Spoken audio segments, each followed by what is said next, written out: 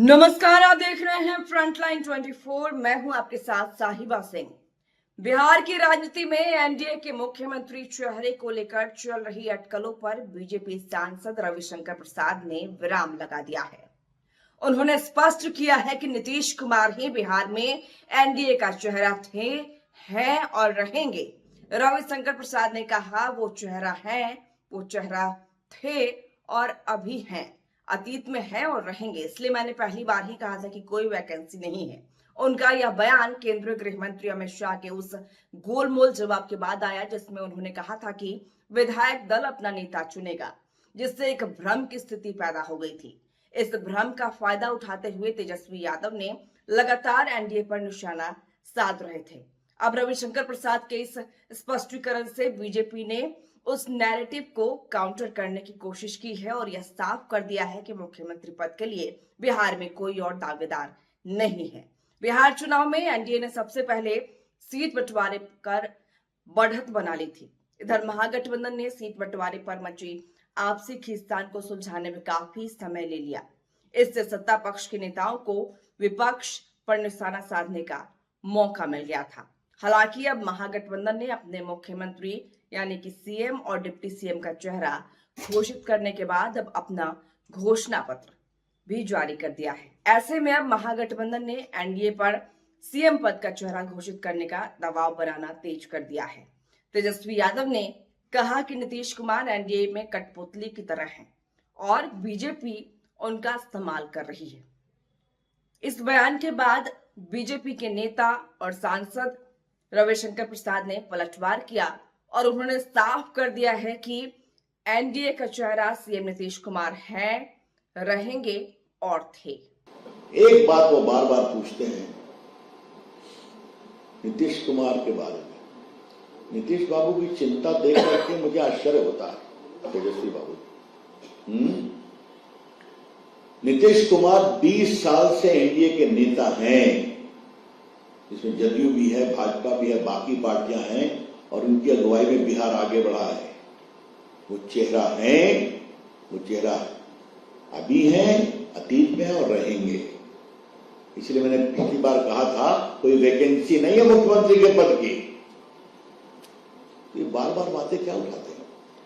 हाँ, पिछले लगभग 11-12 वर्षों में नरेंद्र मोदी जी ने नीतीश जी के स्नेही भाई के रूप में बिहार के विकास के लिए अपना पूरा संकल्प लगा दिया है।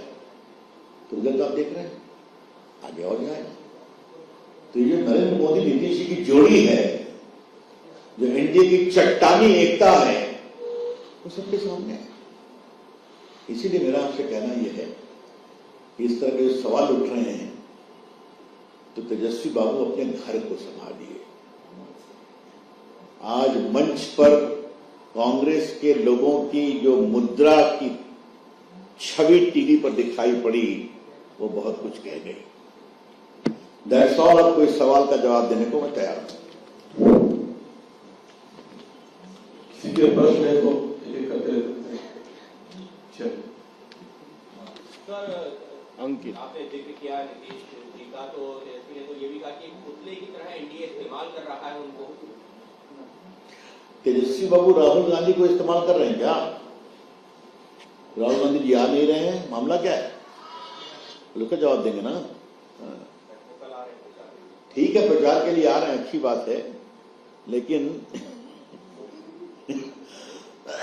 हमने तो सुना है कि कांग्रेस नेता विलाप कर रहे थे।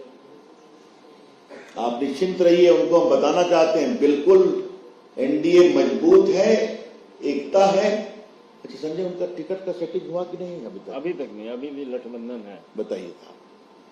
अब साहब सब हो गया, फिर भी 243 पर कितना उम्मीदवार है? 12 सीटों पर अभी सीटों पर चल रही है। तो तेजस्वी बाबू आप 12 सीटों का फाइनलाइज नहीं कर सकते। आप सवाल हमसे पूछते हैं। लट्ठम लट्ठा चल रहा है। लट्ठम लट्ठा देखिए संजय मयूर की भाषा आप ठीक है। और किस और कोई प्रश्न भाई? तेजस्वी जी कह रहे हैं वो साझा प्रेस कॉन्फ्रेंस में नहीं कर रहे हैं। कौन? तेजस्वी जी कह रहे हैं कि एनडीए में जुटता नहीं है, साझा प्रेस कॉन्फ्रेंस नहीं जनता के बीच। अब लोग जनता में प्रचार कर रहे हैं, देख रहे हैं, रोज अखबार में आप लोग छापते हैं ना।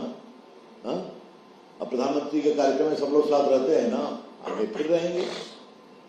अपनी एकता की चिंता करो तेजस्वी बाबू, हम एक हैं, बिहार के विकास के लिए संकल्पित हैं। बाहरी लोग बिहार को उपनिवेश बनाना चाहते हैं। उन्होंने जवाब तो पहले दे दिया ना। ये तो बहुत ही असंवैधानिक वक्तव्य है। बिहार देश का एक बहुत गौरवशाली प्रांत है, जिस बिहार ने देश को दिशा दी है। तेजस्वी बाबू, आप जब कहते हैं बिहार को उपनिवेश बना रहे हैं, तो शायद आप बिहार के इतिहास को भूल गए। चाणक्य नीति इसी पाटलिपुत्रा से पनपी थी। चंद्रगुप्त मौर्य ने पूरे देश को एक सूत्र में यहीं से बांधा था। पूरा समुद्रगुप्त का एम्पायर भारत में इतना आगे बढ़ा, सम्राट अशोक सब यहीं से हुआ था। वैशाली में भारत का पहला गणतंत्र आया था, और उसकी आभा, उसकी चमक आज तक दुनिया में है। और आप उसको भारत का उपनिवेश बताते हैं। जो बिहार सिर्फ भारत ही नहीं, दुनिया में अपनी प्रेरणा, संकल्प, संस्कार देता है। कल देखा ना आपने, छठ कहां कहां मन रहा था, कनाडा में, इंग्लैंड में, अमेरिका में, जर्मनी में। तो बिहार का तो गौरव फैल रहा है देश में भी और विदेश में भी, और वो बिहार को उपनिवेश बता रहे हैं। तो क्या बोला जाए। Thank you. बहुत धन्यवाद।